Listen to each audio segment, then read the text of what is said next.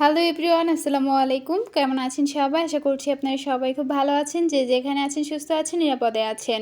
আলহামদুলিল্লাহ, আল্লাহর অশেষ রহমতে আপনাদের দোয়া এবং ভালোবাসায় আমিও কিন্তু বেশ ভালো আছি। কাছে এবং দূরে, দেশ এবং দেশের বাহিরে যে যেখান থেকে আজকের এই ভিডিওটি দেখছেন বা দেখবেন, সবার সুস্বাস্থ্য কামনা করে আমার আজকের এই ভিডিওটি শুরু করছি। ভিডিওটি মোটামুটি 11টার পরপরই শুরু করেছি। তো সারাদিন কারেন্ট ছিল না, তো এখন তাড়াহুড়া করে দুপুরে রান্না বসাবো। তো সিঙ্কে এসে দেখি এতগুলা থালাবাটি জমেই গিয়েছে, সেইগুলো এখন ক্লিন করে নিব। তারপর রান্না বসাবো। তো আজকে বেশি কিছু রান্না করব না, ভাত রান্না করব, সেই সাথে সাথে টমেটো দিয়ে মাছ ভুনা করব। হালকা পাতলা রান্না। সারাদিন কারেন্ট ছিল না, তো কারেন্ট এসেছে প্রায় 10:30টার পরে। তো এরপর থেকেই দেখা যাচ্ছে যে আমি আমার কাজটা স্টার্ট করেছি। আমার নতুন চ্যানেলেও ভিডিও আপলোড দেওয়া হয়েছে। আপনারা যারা এখন পর্যন্ত আমার চ্যানেলটি ভিজিট করেননি, চাইলে চ্যানেলটি ভিজিট করে আসতে পারেন। আশা করছি আপনাদের কাছে ভালো লাগবে। আমি চ্যানেলের লিঙ্কটা ডেসক্রিপশানে এবং কমেন্টে পিন করে দিব। আর এদিকে ভাত বসাবো। আর রাইস কুকারের ঢাকনাটা দেখলাম অনেক বেশি ময়লা হয়ে গেছে। আপনাদেরকে তো আগেই বলেছি, রাইস কুকারটা আমি রান্নাঘরে রাখি না, রাইস কুকারটা ড্রয়িং রুমে রাখি। তো যখন আসলে চোখে পড়ে তখন তো রান্না বসিয়ে দিই, পরে আর মনে থাকে না। তো আজকে রান্না করার আগেই আমি রাইস কুকারটা ভালোভাবে ক্লিন করে নিয়েছি। আর এখন বেসিনটাও একটু ক্লিন করে নিয়েছি, যেহেতু ওই যে রান্নাবান্না বসাবো। তো আপনারা সবাই জানেন যে আমি রান্না করার আগে আমার রান্নাঘরটা খুব ভালোভাবে পরিষ্কার করে নেই। আজকে মূলত আপনাদের সাথে শেয়ার করার চেষ্টা করেছি রান্না করার আগে এবং পরে আমি আমার রান্নাঘরটাকে কিভাবে পরিপাটি করে রাখি, সেটাই শেয়ার করার চেষ্টা করেছি। আর গত ভিডিওতে আপনাদের সাথে শেয়ার করেছি আমার ছোট ছেলে সে কী পরিমাণ দুষ্টামি করে, আমাকে কোনো কাজও করতে দেয় না। এমনকি যখন রান্না করতে আসি সেও কিন্তু আমার সাথেই থাকে। তো বাসার যত সমস্ত কাজ আছে সব কিছু তাকে সাথে নিয়েই করতে হয়। সে কিন্তু এক জায়গায় বসে থাকে না, বা কিছু দিয়ে বসিয়ে দিলাম বা টিভি দেখবে সেটা করবে না। কিন্তু ফোনটা দিলে শুয়ে শুয়ে ফোন দেখবে, কিন্তু ফোনটা ওর হাতে দিলে সে তো আর দেখা যাচ্ছে আমি আপনাদের সাথে ভিডিও শেয়ার করতে পারবো না। সেই কারণে দেখা যাচ্ছে অনেক সময় ওকে সাথে নিয়েই তারপর ভিডিও করি, সেই সাথে রান্নাবান্নার কাজ বা অন্যান্য কাজগুলো করি। আর আপনাদের সাথে যতটুকু পারি ততটুকু শেয়ার করার চেষ্টা করি।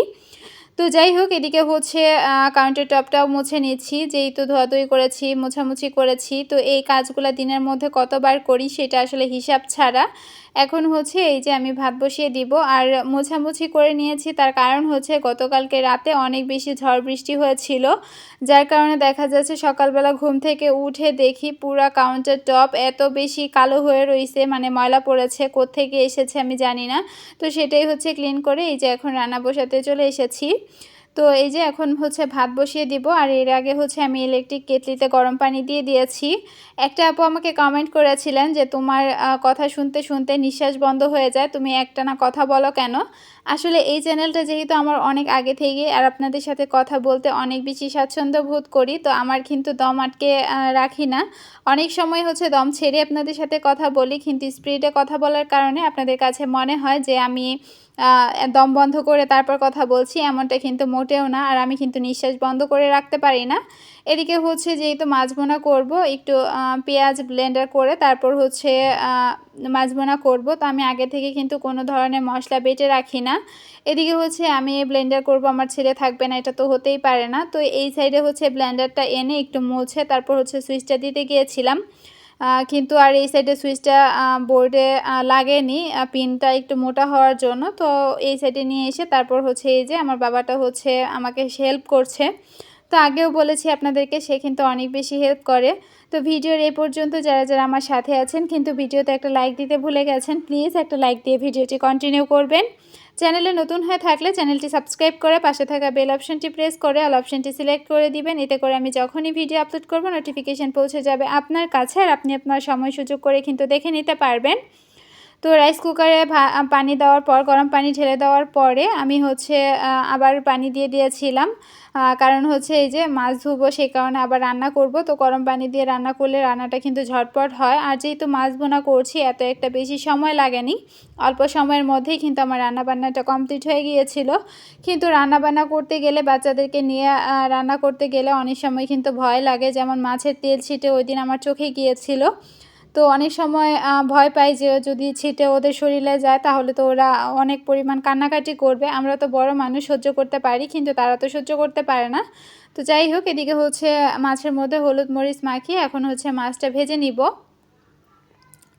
তো তরকারি রানলে অনেক সময় দেখা যাচ্ছে যে আমি মাছটা হালকা করে ভাজি, কিন্তু যখন মাছ ভুনা করি তখন মাছটা একটু কড়া করেই ভাজি, এতে করে আমার মনে হয় খেতে বেশ ভালো লাগে।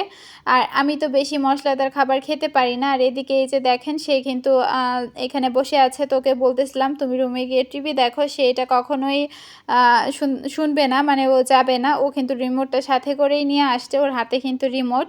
তো যাই হোক, ফোনটা ও দিতে চাইছিল না, তো ওকে নিয়েই হচ্ছে রান্নাঘরে আসছি। আর একটা আপু বলেছেন যে তোমার জানালাটা পরিষ্কার করা দরকার।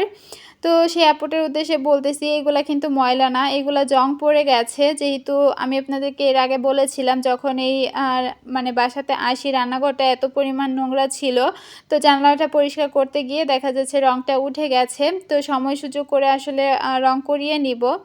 তো একা তো আমি করতে পারবো না, আর আপনাদের ভাইয়া তো আমাকে কোনো কাজে হেল্প করে দিবে না, তো একা পারবো না। শ্বশুরও যেহেতু চাকরি নিয়েছে, তো এখন দেখা যাচ্ছে যে সেটা চাইলেও সম্ভব না। যদি কখনো বাসায় থাকে ইনশাআল্লাহ রং করিয়ে নিব, আর সেই দিন তো অবশ্যই আপনাদের সাথে শেয়ার করব। এদিকে হচ্ছে মশলাটা ভালোভাবে কষিয়ে আমি কিন্তু এখানে পেঁয়াজ বাটা আর রসুন বাটা দিয়ে নিয়েছি। আর দেখতেই পেয়েছেন, প্রতিদিনের মশলা কিন্তু আমি প্রতিদিনই ব্লেন্ড করে নিই। আর এখন হচ্ছে হলুদ মরিচ সব কিছু দিয়ে ভালোভাবে একটু কষিয়ে নিব। তো এটা যত বেশি কষানো যাবে মশলার গন্ধটা কিন্তু তত থাকবে না। তো যতটুকু সম্ভব হয়েছে বা আমার ধৈর্যে ধরেছে আমি ততটুকুই হচ্ছে কষিয়ে নিয়েছি।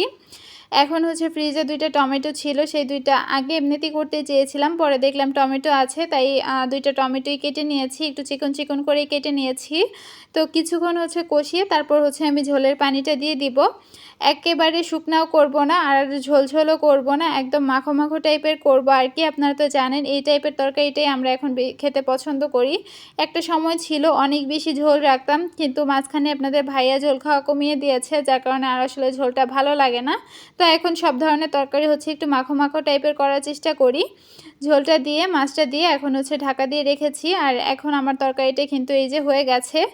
আর যেহেতু ইলেকট্রিক চুলায় রান্না করি, দেখা যাচ্ছে কিছুক্ষণ আগে চুলাটা অফ করে দিলে চুলার মধ্যে বসানো থাকলে তরকারিটা কিন্তু বেশ সুন্দর হয়ে যায়, মানে যেরকম রাখতে চাচ্ছি এরকমই হয়ে যায়। আর নামিয়ে রাখলে তো আরেকটু টানাতাম। এই অবস্থায় হচ্ছে আমি চুলাটা বন্ধ করে দিয়েছি। আর এই যে দেখেন, মাছের কালারটা কিন্তু একদম অসাধারণ হয়েছে, আর খেতেও কিন্তু অনেক বেশি মজার ছিল। তো অফ ক্যামেরায় হচ্ছে আপনাদের ভাইয়া এই যে এখানে হচ্ছে বাইম মাছ বলি আমরা এটাকে, তো মাছ নিয়ে এসেছিলো, আমি সেটাই হচ্ছে কেটে নিয়েছি অফ ক্যামেরায়। কারেন্ট ছিল না, যার কারণে আপনাদের সাথে শেয়ার করতে পারিনি। এখন হচ্ছে ভালোভাবে আমি একটু লবণ দিয়ে সেই সাথে গরম পানি দিয়ে ভালোভাবে ধুয়ে নিয়েছি। আর দেখা যাচ্ছে যেহেতু এখানে 1 কেজির মতো মাছ, এটা দেখা যাচ্ছে 3 থেকে 4 দিন রান্না করা যাবে। তো আমি হচ্ছে টিফিন বক্সে করে রেখে দিব। আর রান্না করার সময় এই যে কিছু যা কিছু ছিল সব কিছু ধুয়ে এখানে উপর করে রেখেছিলাম, সেগুলো এখন গুছিয়ে নিচ্ছি। আর এখন মাছগুলোও হচ্ছে এই যে টিফিন বক্সে ভরে নিচ্ছি। তো আরও কিছু বক্স হচ্ছে কিনতে হবে। তো আমার যেহেতু ড্রয়ার সিস্টেম, দেখা যাচ্ছে যে বক্সে করে রাখলে অনেক বেশি ঝামেলা হয়, তো পলিতে করে রাখলেই আমার জন্য বেশ সুবিধা হয়। ফ্রিজের মধ্যে অনেক বেশি বরফ জমে গেছে, সেগুলো পরিষ্কার করতে হবে। আর আমি ঠান্ডা পানি ধরতে পারি না, যার কারণে ফ্রিজ পরিষ্কার করার সাহসটা আসলে করি না। অনেক সময় আমার আম্মুই করে, তবে ইদানিং উনি কোনো কাজই করছে না সংসারের। তো কেন আসলে করছে না সেটাও বুঝে উঠতে পারছি না। উনি জানা সত্ত্বেও যে আমি ফ্রিজের পানি ধরতে পারি না বা ঠান্ডা কিছু ধরতে পারি না, তারপরও আসলে দেখা যাচ্ছে আমাকেই করতে হয়। তো যাই হোক, সময় সুযোগ করে করে নিব। আর যেহেতু মাছ কাটাকাটি করেছি, এখন মাছ ধোয়ার সময় যেই থালা বাসনগুলো ইউজ হয়েছে সেগুলো এখন ধুয়ে নিচ্ছি। আসলে থালা বাটি বলবো না কি বলবো বুঝে উঠতে পারছি না, এখন কথাও আসলে মুখ দিয়ে আর বের হয় না। তো যাই হোক, এরপর সিঙ্কটাও আর সেই সাথে আশেপাশটাও একটু ধুয়ে মুছে নিব, কারণ শুরুতে দেখেছেন যে মুছে নিয়েছিলাম, যেহেতু রান্নাবান্না শেষ করেছি সেই সাথে কাজ করেছি, আরও অনেক কাজ করেছি অফ ক্যামেরায়, তাই ভাবলাম যে পুরো রান্নাঘরটা আবার মুছে নেই। তো এভাবেই কিন্তু প্রতিনিয়ত আমি আমার এই ছোট্ট রান্নাঘরটাকে পরিষ্কার করে পরিপাটি করে রাখি। আসলে গুছিয়ে রাখার থেকে পরিষ্কার করে রাখাটা বেশি জরুরি, যেহেতু এখানে আমাদের প্রতিদিনের খাবারটা তৈরি হয়, তো সেটা একটু স্বাস্থ্যসম্মত করার জন্য এই কাজগুলো কিন্তু আমাদেরকে প্রতিনিয়তই করতে হয়। তো যতই অসুস্থ থাকি না কেন, আমি আমার রান্নাঘরটা কখনই হচ্ছে নোংরা করে রাখি না। আমার যতটুকু ধৈর্যে কোলায় আমি ততটুকুই হচ্ছে পরিষ্কার করে রাখার চেষ্টা করি। আর চুলার পাশটাও হচ্ছে এই যে এভাবে মুছে নিচ্ছি। তো ওভারঅল ভিডিওটা কেমন লেগেছে ছোট্ট একটা কমেন্টে জানিয়ে দিবেন। ভালো লাগলে ফ্রেন্ড অ্যান্ড ফ্যামিলির মাঝে শেয়ার করতে ভুলবেন না। আর এই যে এখন হচ্ছে চুলাটাও পরিষ্কার করে নিচ্ছি, চুলাটাও অনেক বেশি ময়লা হয়ে গিয়েছিল, তেল চিটচিটে হয়ে গিয়েছিল। তো আপনাদের সাথে কথা বলতে বলতে তো অনেক কাজ করে ফেলেছি, সেই সাথে অনেক কথা বলে ফেলেছি। ভুল ত্রুটি হলে অবশ্যই ক্ষমা সুন্দর দৃষ্টিতে দেখবেন। আল্লাহ হাফেজ। আসসালামু আলাইকুম।